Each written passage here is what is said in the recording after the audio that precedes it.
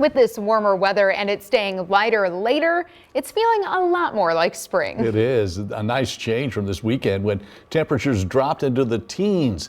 Vineyard workers say those fluctuating temperatures can be hard on the plants, effects that are sometimes felt a year later. News 3's Emily Pike has more. The temperature swings we've been seeing as we go into spring doesn't just impact us.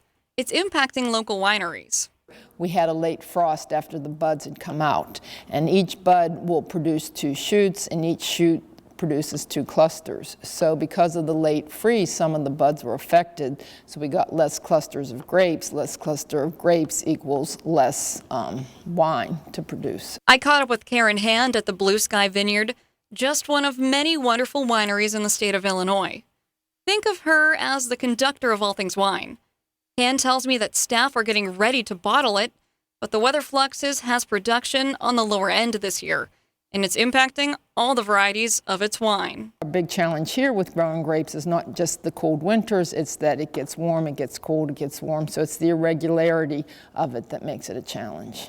Hand says rain in August or September is bad as it can dilute the grapes.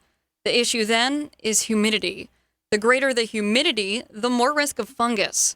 There's a lot that could go wrong, but once the process is done, there's so much that can go right. As for production, for white wines, once the grapes are picked and squished, it gets bottled and it sits for 3 months. After another 2 months, it's ready for sale. For reds, it's even longer. The red wines sit in a barrel for about a year. That's right, it's not quite ready for sale, and it won't be for a while. So the next time you stop by a winery, don't forget that as you sip on relaxation, that you also enjoy time. The time it took to make it. Reporting from Makanda, Emily Pike, News 3. Hand says vines typically do worse the older they are. That's because it's harder for the buds to bounce back from fluctuating temperatures.